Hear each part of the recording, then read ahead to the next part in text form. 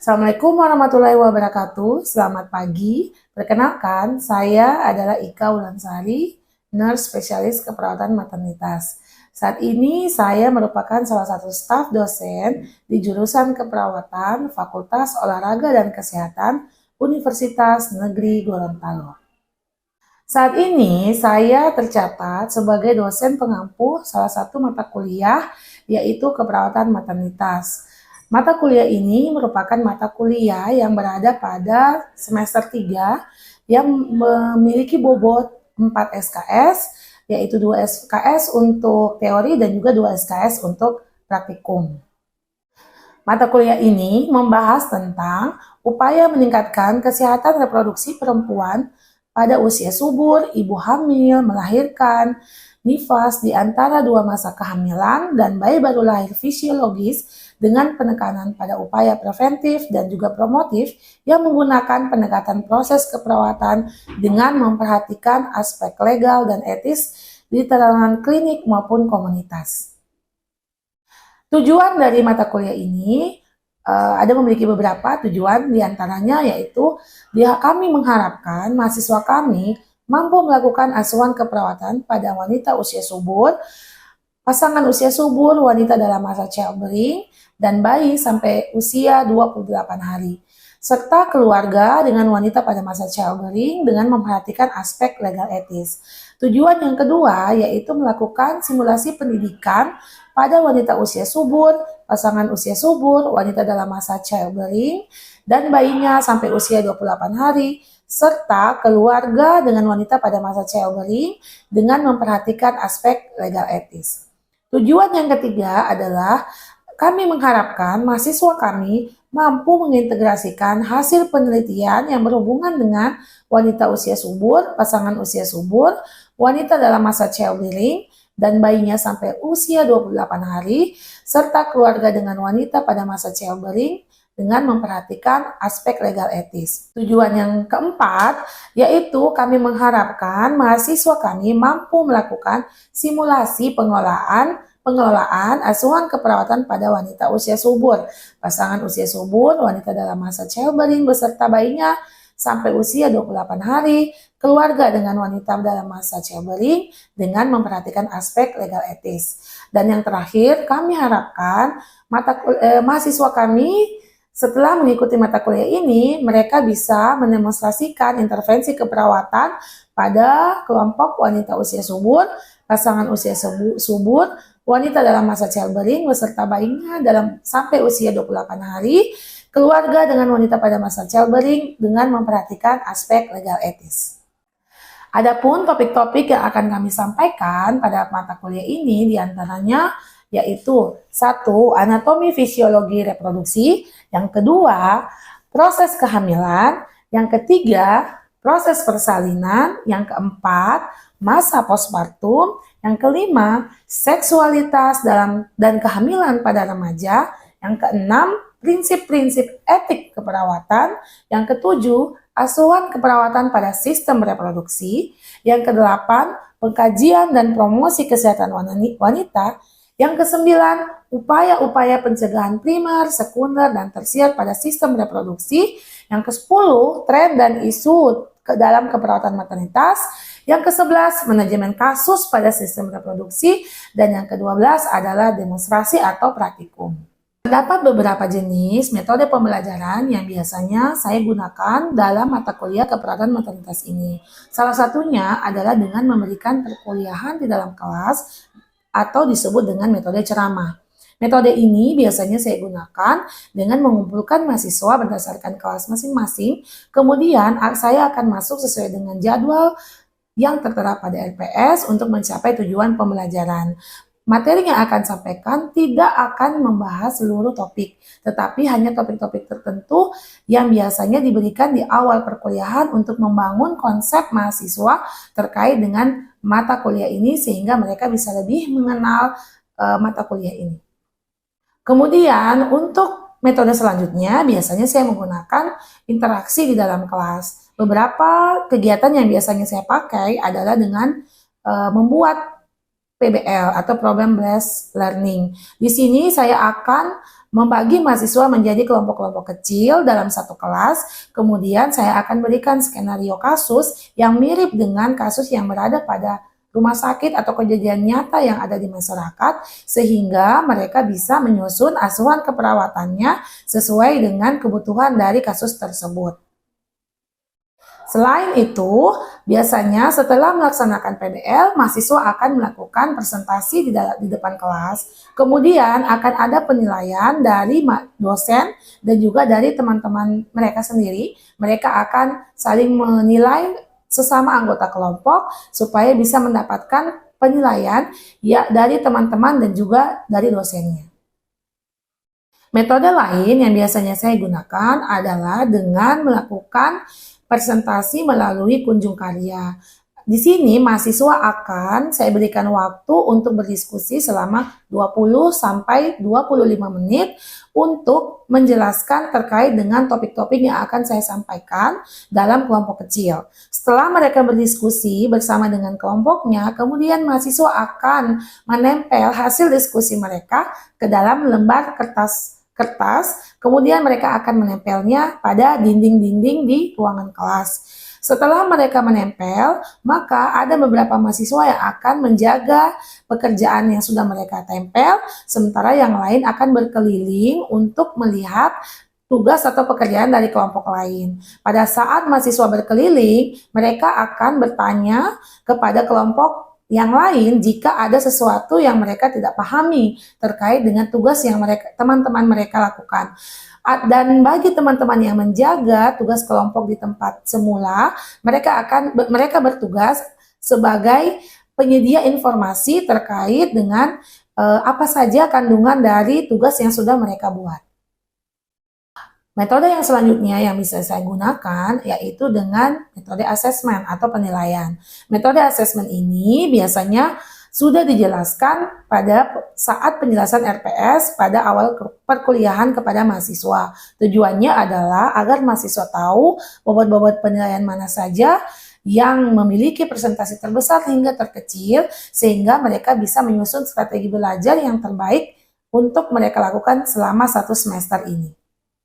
Beberapa jenis asesmen yang biasanya saya berikan yaitu dengan memberikan ujian dalam bentuk multiple choice assessment. Kemudian dengan quizzes menggunakan website berupa media untuk mahasiswa bisa mengakses pertanyaan secara daring, yaitu quizzes. Di sini biasanya saya memberikan kepada mahasiswa beberapa quiz atau beberapa item pertanyaan pada saat setelah mengajar sehingga saya bisa mengukur bagaimana kemampuan mahasiswa pada saat setelah saya memberikan materi. Selanjutnya untuk metode pembelajarannya adalah demonstrasi. Demonstrasi ini adalah dengan kegiatan praktikum di laboratorium keperawatan yang sudah kami susun jadwalnya sesuai dengan pembagian dari skill yang akan diberikan oleh masing-masing dosen. Biasanya pada metode ini kami akan memberikan waktu kepada mahasiswa di mana kami akan memperagakan kegiatan atau tindakan yang akan kami ajarkan kepada mahasiswa. Kemudian mahasiswa akan diperkenankan untuk belajar mandiri, untuk mengulang skill yang sudah mereka pelajari, dan selanjutnya kami akan melakukan ujian yang disebut dengan OSCE, yaitu Objective Structure Clinical Examination. Tujuannya adalah untuk mengetahui bagaimana kemampuan mahasiswa dalam melakukan demonstrasi skill keperawatan yang sudah mereka pelajari. Dengan berbagai macam jenis asesmen, kami harapkan bisa mendapatkan nilai yang objektif dari seluruh mahasiswa, sehingga mereka bisa mendapatkan hasil yang sangat memuaskan. Dan untuk bobot-bobot penilaian berdasarkan asesmen tadi kurang lebih seperti ini. Baiklah, sekarang saya akan mengajak teman-teman untuk melihat bagaimana proses belajar mengajar yang saya lakukan di kelas, khususnya pada mata kuliah keperawatan maternitas pada pertemuan ke-6 di semester 3 jurusan keperawatan Fakultas Olahraga Kesehatan Universitas Negeri Gorontalo. Assalamualaikum warahmatullahi wabarakatuh. Waalaikumsalam warahmatullahi wabarakatuh. Sesuai dengan jadwal di mata kuliah keperawatan maternitas, hari ini adalah jadwal saya yang akan menjelaskan tentang persalinan ya beserta dengan gambaran asuhan keperawatannya. Mungkin sebelumnya adik-adik semua sudah pelajari tentang apa? Siklus anatomi fisiologi dulu ya. Terus yang kedua apa? Siklus menstruasi. Yang ketiga yang seksual remaja, kehamilan pada remaja. Yang keempat apa? Yang keempat tentang proses? Iya, proses kehamilan ya. Intranatal ya, atau dengan asuhan untuk persalinan atau materi tentang persalinan. Nah, sebelum masuk di persalinan, masih ada yang ingat enggak materi tentang kehamilannya kemarin? Asuhan kehamilannya atau konsep? Semuanya masih ingat ya? Trimesternya apa saja? 1 dan oke, good. Trimester 1 dari usia kehamilan berapa? Trimester 2? Trimester 3?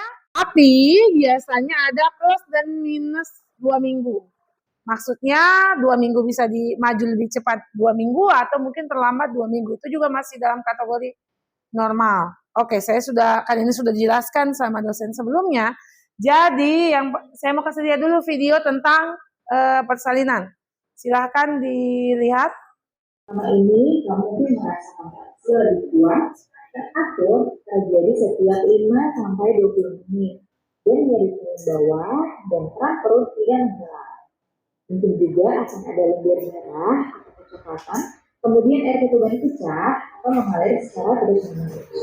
Yang biasanya berlangsung dari 20 menit hingga 2 jam, perut rahimmu sepenuhnya melebar hingga 10 cm dan kepala bayimu bergerak melewati jalan.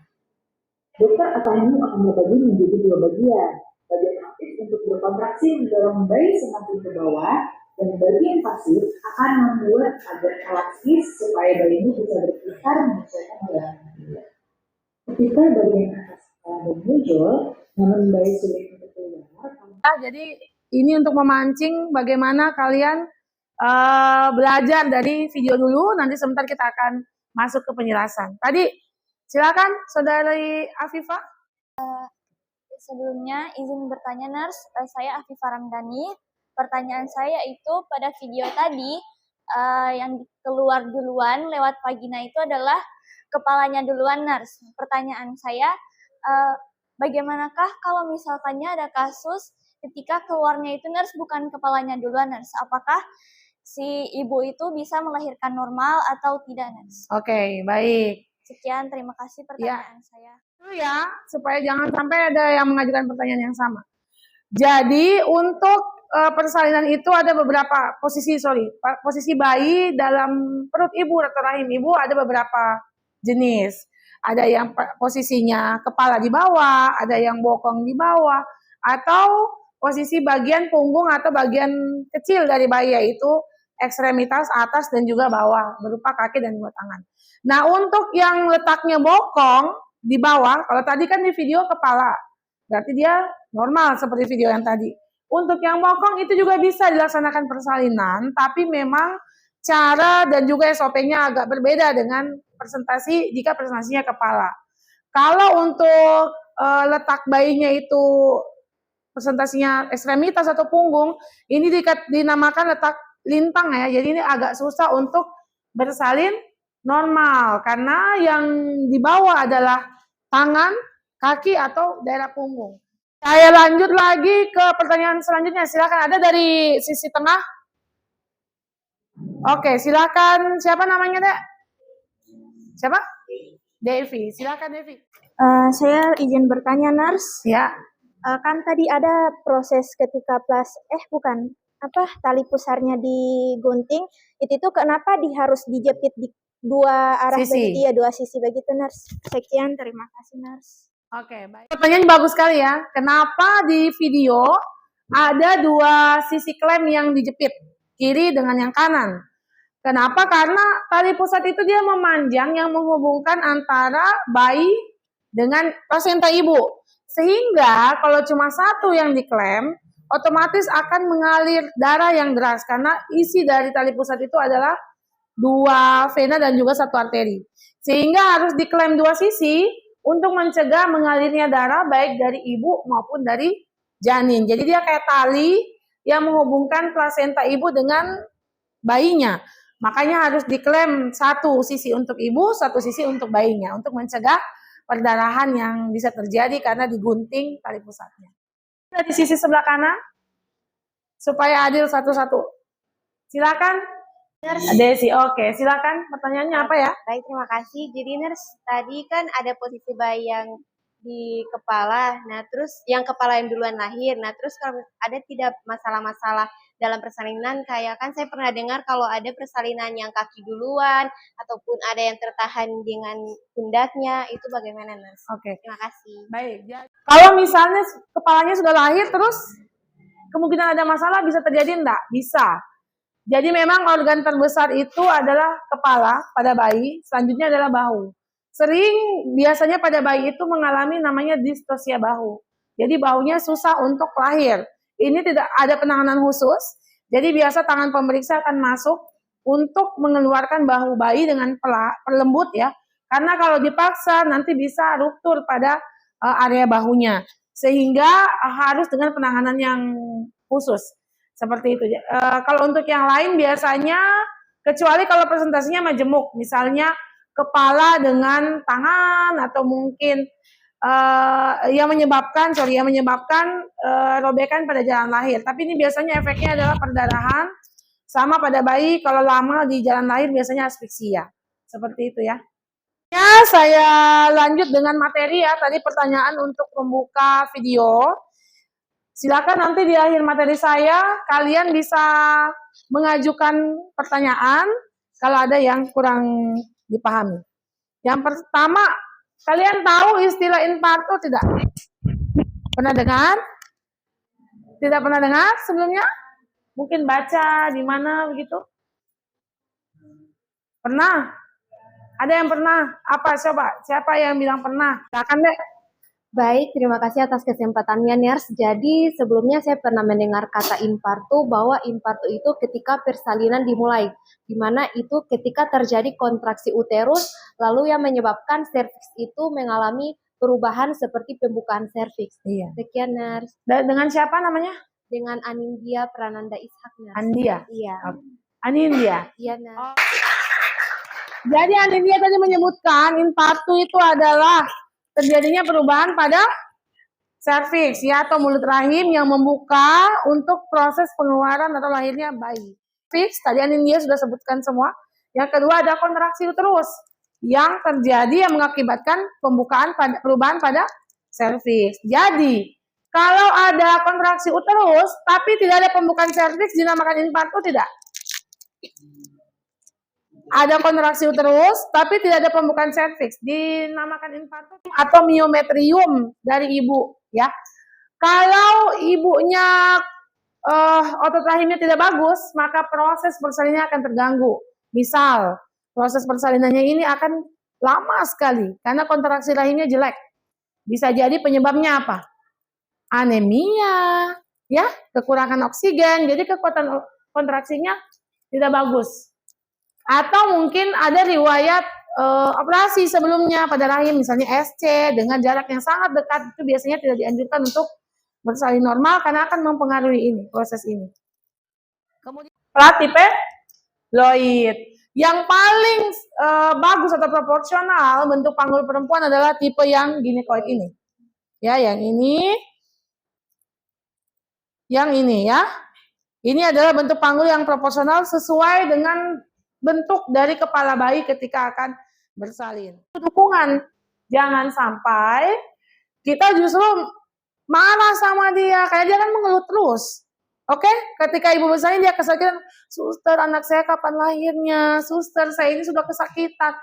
Suster, dia panggil-panggil terus biasanya penolongnya. Jangan kalian datang langsung, ibu ini jangan marah-marah terus, ya boleh begitu. Jadi kita harus memberikan dukungan emosional, menguatkan dia, memberikan perhatian sama ibunya, tapi jangan sampai masuk ke fase Apgar score. Apgar score ini adalah untuk menentukan apakah bayi yang lain itu dalam keadaan bugar atau tidak ya. Untuk Apgar Score ini akan terbagi beberapa kriteria. Mulai dari namanya Apgar itu berarti singkatan dari nama-namanya. A itu adalah appearance, P itu pulse, G itu grimace, dan A activity. Dan kalau kalian lihat di gambar yang atas ini, yang hitam-hitam ini adalah pembuluh darah. Nantinya dia akan terhubung dengan tali pusat ini ya. Isinya 2 vena dan 1 arteri yang tadi saya sebut. Kemudian ini tampak depannya. Yang ini penampakan dari kotiledon. Harusnya dia ada kontraksinya teraba keras. Maka kita lakukan masase, ditekan perut ibunya 15 kali searah jarum jam. Kemudian evaluasi tinggi fundus. Ini tadi yang saya bilang. Kalau dia lebih tinggi dari umbilikus artinya ada perdarahan. Perkirakan kehilangan darah secara keseluruhan. Perkirakan kemungkinan perdarahan dari robekan, evaluasi keadaan umum, dan dokumentasikan asuhan keperawatan. Yang ingin ditanyakan terkait dengan materi yang tadi? Silakan. Ya, silakan. Pada salam, Nars. Perkenalkan saya Nurfirdaus Oja. Saya izin bertanya, Nars. Kan ada di luar negeri itu kan kayak ada yang melahirkan di air begitu. Itu berbahaya atau tidak, Nars? Oke. Terima kasih. Terima kasih pertanyaannya. Oke, Fadila. Jadi namanya istilahnya adalah waterbird. Waterbird itu bukan cuma di luar negeri, di Indonesia juga ada. Cuma dari ada kayak Federasi Dokter Objin di Indonesia itu tidak merekomendasikan ya. Waterbird itu kalau di luar negeri sangat banyak yang pakai karena mereka berasumsi bahwa ketika kondisi di dalam perut dengan pada saat bersalin di air itu sama-sama di air kan. Biasanya juga menjadi pilihan pada ibu-ibu, dia suka dengan air hangat, dia lebih rileks, tidak terlalu nyeri. Atau ibu-ibu yang takut darah, sehingga dengan waterbird itu kan dia menyatu dengan air, darahnya tidak terlalu berwarna merah segar. Atau memang itu menjadi salah satu opsi dari ibu karena dia tahu manfaatnya ada ya, dan tidak menimbulkan resiko kepada bayinya. Jadi kalau di Indonesia mungkin jarang yang pakai, tapi kalau di luar banyak. Nah itu secara fisiologis sebenarnya kalau bayi lahir kan paru-parunya dia belum mengembang sehingga belum ada udara. Jadi ketika baru lahir masuk di air langsung diangkat, di situ baru bernapas bayinya, sebenarnya tidak masalah.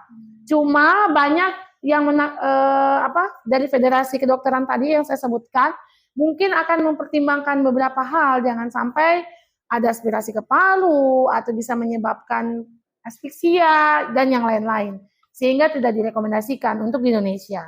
Begitu. Ya. Jadi untuk pertemuan minggu depan, sesuai dengan RPS yang saya jelaskan di awal perkuliahan bahwa ada manajemen nyeri. Kalau tidak salah ya, di RPS ada kan? Selain kita akan mengisi partograf. Jadi untuk manajemen nyeri itu saya akan bagi menjadi tugas per kelompok yang akan dijelaskan oleh adik-adik semua per kelas. Yang pertama, ini penjelasan tugasnya ya. Masing-masing kelas akan dibagi menjadi 6 kelompok.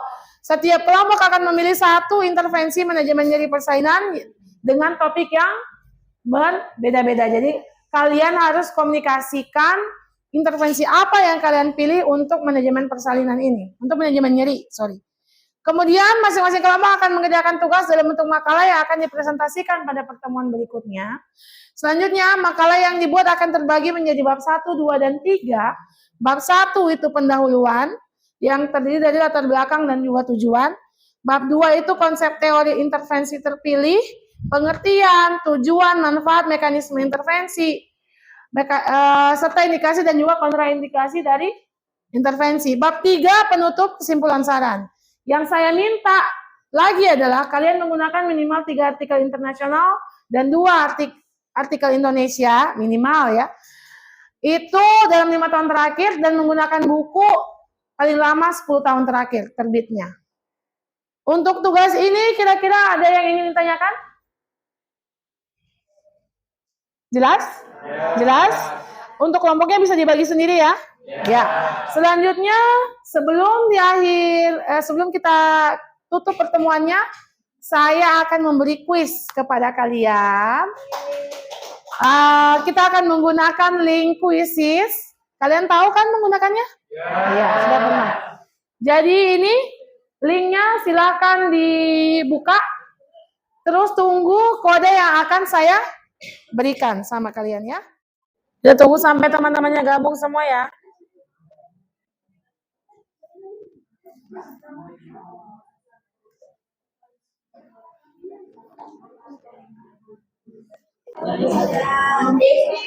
Sudah 29.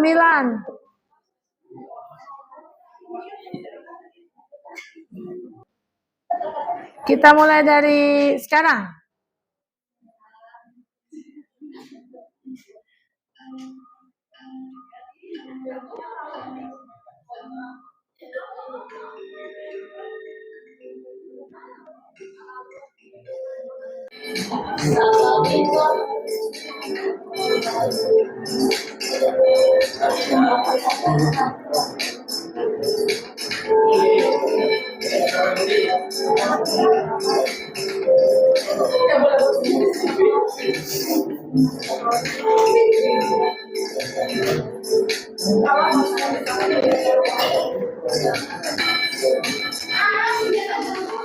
Jadi,